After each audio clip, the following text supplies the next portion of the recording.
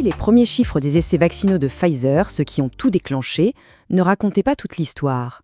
Aujourd'hui, on va décortiquer le rapport d'expertise de Christine Coton, qui a plongé dans les documents officiels de l'essai. On va se concentrer sur deux moments clés. D'abord, l'analyse pour l'autorisation d'urgence en décembre 2020, puis la grande publication des résultats à 6 mois. Accrochez-vous, parce que les chiffres qu'on va voir sont assez surprenants. Alors, comment on va procéder ? D'abord, on va poser le décor. Le contexte de l'époque, c'est important. Ensuite, on plonge dans cette fameuse analyse de décembre 2020 et on va s'intéresser de très près aux cas qui n'auraient pas été rapportés. Puis, on fera un bond dans le temps jusqu'à la publication scientifique de septembre 2021 pour finir sur les questions de méthode que tout cela soulève. Allez, on se téléporte fin 2020. L'ambiance est électrique, pour ne pas dire plus. Le monde entier retient son souffle, les yeux rivés sur les résultats des essais. C'est précisément à ce moment-là que les toutes premières données de Pfizer sont soumises à la FDA pour une autorisation d'utilisation d'urgence. On s'en doute, chaque chiffre, la moindre virgule, pèse des tonnes. Ok, avant de continuer, il faut absolument comprendre un terme technique, la date de clôture ou cut-off date en anglais. Pour la première analyse qui nous intéresse, cette date est fixée au 14 novembre 2020. Ça veut dire quoi concrètement ? Ça veut dire que tout événement qui se produit après cette date, il n'est pas pris en compte dans les calculs du rapport. Et vous allez voir, cette date, elle est vraiment au cœur de toute l'analyse. Et c'est là que les choses deviennent vraiment intéressantes. Le rapport de Christine Coton met le doigt sur ce qui semble être une première et majeure incohérence. Il y aurait un véritable fossé entre les chiffres de mortalité annoncés officiellement en décembre 2020 et ce qu'on trouve dans la base de données brute de l'essai. Alors regardez bien ça, c'est vraiment le nœud du problème. D'un côté, le rapport officiel du 10 décembre 2020. Il annonce 2 décès chez les vaccinés, 4 chez les placebos. Bon, a priori, c'est un résultat plutôt rassurant. Mais quand l'analyse de Christine Coton va fouiller dans la base de données, elle trouve un tout autre bilan à la même date. 6 décès dans le groupe vacciné contre 5 dans le groupe placebo. La balance s'est complètement inversée. Et là, on a sous les yeux un extrait du document officiel, celui qui a servi de base à la décision des autorités réglementaires. C'est écrit noir sur blanc, 2 participants dans le groupe BNT 162B2 et 4 participants dans le groupe placebo. C'est ce chiffre-là, précisément, qui a été communiqué au monde entier. La question qui se pose est donc assez simple, finalement. Mais d'où sortent ces 4 décès en plus dans le groupe vacciné ? Pourquoi ils n'apparaissent nulle part dans le rapport officiel, alors même qu'ils ont eu lieu avant la date de clôture ? Eh bien, le rapport d'expertise a mené l'enquête en allant voir ce qui s'est passé cas par cas. Allez, on va plonger dans le détail. Parce que l'intérêt de cette analyse, ce n'est pas juste de balancer de nouveaux chiffres, c'est de retracer l'histoire de chaque cas manquant pour essayer de comprendre ce qui a pu se passer.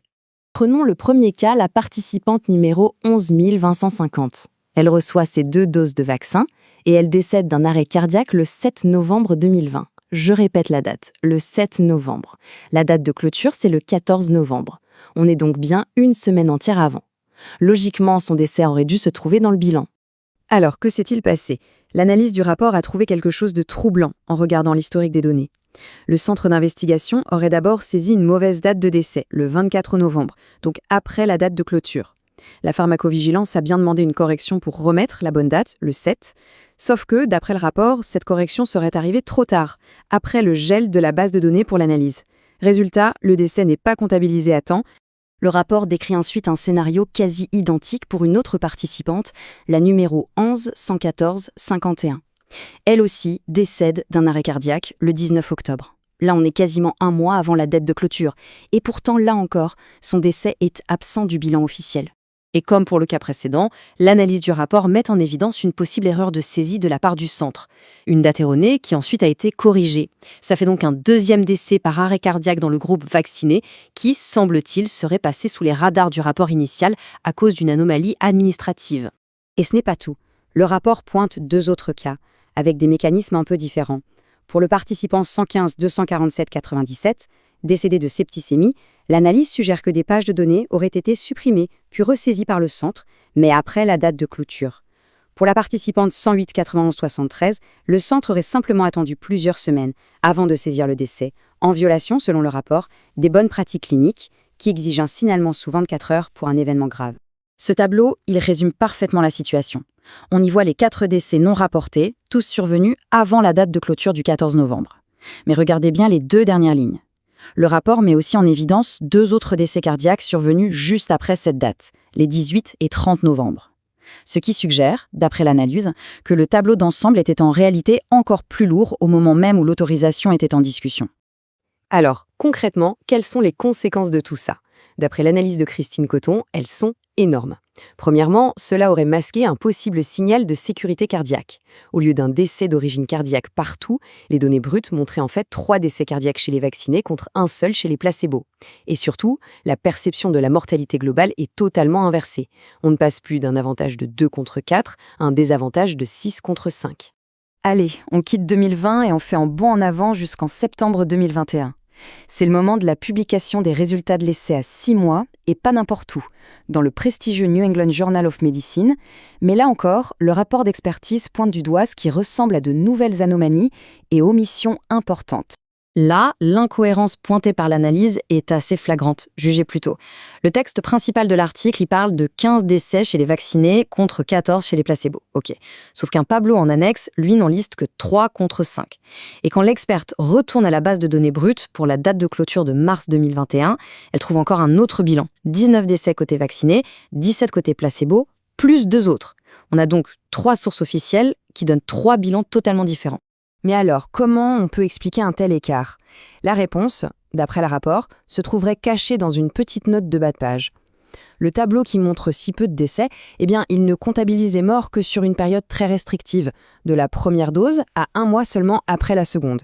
Le rapport d'expertise estime que cette méthode a pour effet de minimiser artificiellement la perception du risque en ignorant tout ce qui s'est passé au-delà de cette fenêtre. Et du coup, si l'on se base sur l'ensemble des données brutes jusqu'à la date de clôture de mars 2021, l'analyse arrive à un total de 38 décès. Et la répartition donne une légère surmortalité, toutes causes confondues, dans le groupe vacciné. 19 décès contre 17. Une information clé qui pourtant n'apparaît pas clairement quand on lit la publication. Et quitte de l'objectif principal, protéger de la mortalité du Covid-19. Que disent les données à 6 mois? Selon le rapport d'expertise, le bilan est simple. 1 décès lié au Covid dans le groupe vacciné et 1 décès dans le groupe placebo. Match nul. Le rapport en conclut donc qu'à ce stade de l'essai, aucune efficacité sur la mortalité n'était statistiquement démontrée.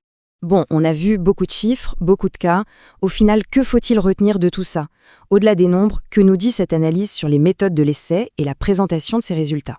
Pour résumer, le rapport conclut que les choix méthodologiques et les problèmes de suivi ont conduit à une présentation qui ne reflétait pas fidèlement la réalité des données de sécurité, que ce soit en décembre 2020 ou dans la publication de 2021.